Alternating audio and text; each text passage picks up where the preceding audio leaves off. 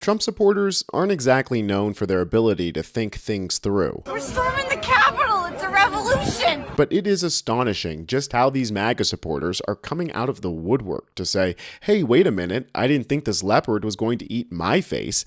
There are dairy farmers in multiple states who voted for Donald Trump and are now either anxious that they're going to lose their farms or complaining that they're having to do the hard work themselves.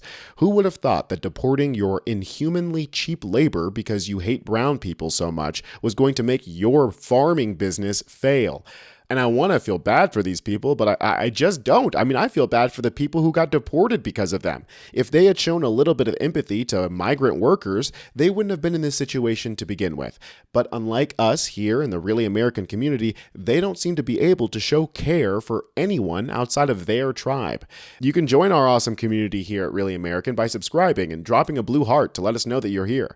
That farmers who voted for Trump are opposed to the way he is approaching tariffs. They're very, very uncomfortable.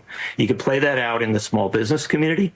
You can also play that out in much bigger businesses, in manufacturing, because the fact of the matter is that people who work in manufacturing plants, in auto plants, in plants that produce other things, they're very aware of these issues.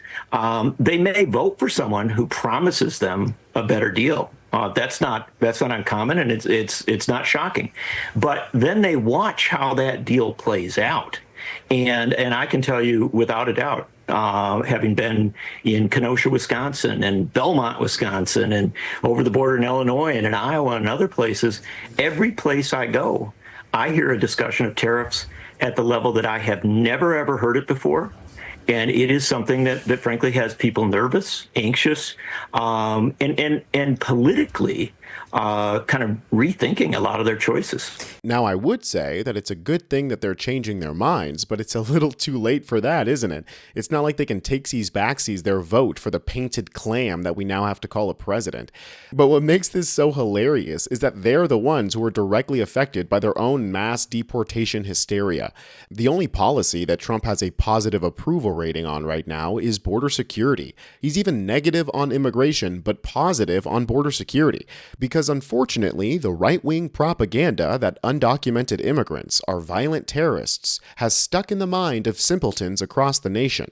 And one of those simpletons is Dustin Macchia, who was excited to vote for Donald Trump last year. But now he's saying, who's gonna milk the cows? Gee, I wonder who, Dustin. Get your ass out there, buddy, and start pulling some teats.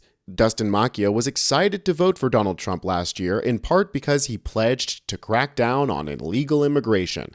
We had a border problem, Macchia said. We don't want bad people in here. We don't need drugs and the gangbangers. But following high-profile deportations of migrant farm workers in northern Vermont, Macchia, a fifth-generation dairy farmer, said he feels misled.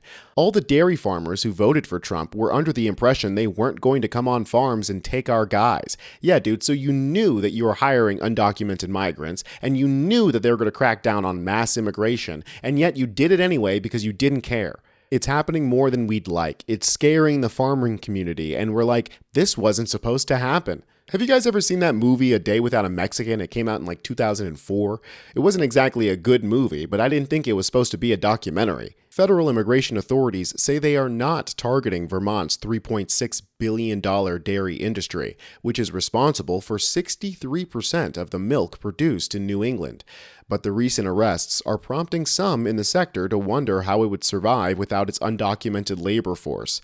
Migrant workers are essential to the dairy industry in Vermont, New England, and the nation, said Vermont Secretary of Agriculture Anson Tebbetts. The recent law enforcement actions have created, quote, tremendous anxiety for everyone in the industry, he said. I think our farmers are concerned about the well-being of their workers. That's foremost. Yeah, they're not concerned about the well-being. They're concerned about their bottom line. They're also concerned that if the workforce was to go away, who's going to do the work? Who's going to milk the cows? But that's all right. These immigrants were taking the jobs from Americans, so surely there's tons of native-born Americans ready and able to work on these dairy farms, right? The workload on these farms is intense, said Jackie Folsom, a former dairy farmer and the president of the Vermont Farm Bureau.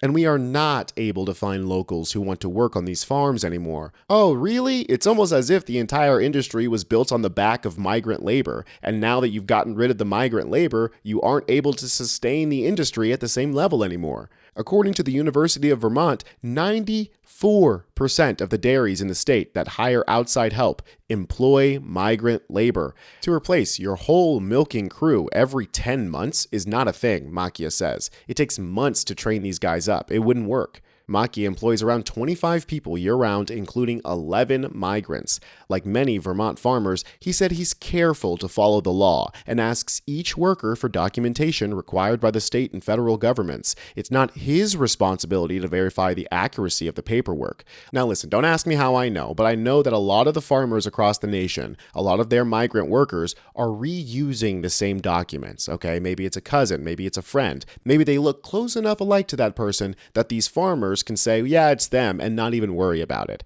That's the cheeky little loophole they've been using to demonize undocumented workers while taking advantage of undocumented workers. I don't think these knuckle draggers are going to learn from this experience. Here's Dustin Macchia saying he doesn't regret his vote for Trump. I'd still do it again. I like a lot of his policies.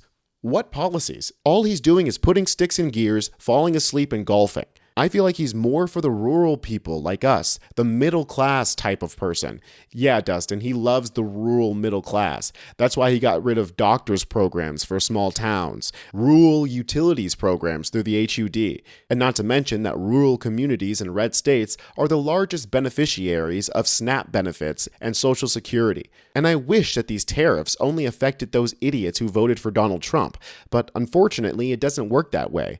What we're about to witness is one of the greatest consolidations of capital into the hands of large corporations who are able to withstand the brunt of these tariffs. According to this reporting from NBC, large corporations like Home Depot, Walmart, Nike, Target, all of them have sworn against raising prices due to the tariffs. They're going to be able to do this because they're so large that they can offset the costs in other places or front-load inventory in order to withstand the wild tax swings. But smaller businesses, mom and pops, the ways in which normal people try to get a leg up, they're trying to compete against these large corporations, and the chances that they're going to win that race are just very slim. Dan and Ashley Jones, who own a print shop and a pottery studio, have already had to lay off workers. They say they've laid off a handful of high schoolers who typically help part-time to make apparel for $12 to $15 an hour, having already tried to front-load supplies as much as possible before the price hikes. Amy Groves, who owns a soap company in Idaho, has held off on raising prices by front-loading supplies as much as possible as well. But things are getting quite dire and hard decisions are going to have to be made. She says, we've got people who depend on us able to make the mortgage, to be able to buy groceries, make car payments. Morgan said of the 6 workers she and her husband employs, we have to make sure we stay profitable. Trump and his gang of ghouls are trying to pretend like this trade war is somehow over, but I honestly think most people, including myself, have lost track on where we are with these tariffs. Is he walking them back? Is he putting them on? I mean, who knows? He just announced some 50% on the UK, and what about those movie tariffs? Is that still a thing?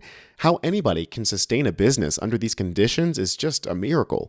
But at least I'll take some solace knowing that Dustin Macchia is having to shovel his own cow's shit for a change. I'm Tony Hinderman with Really American, and I'll catch you next time.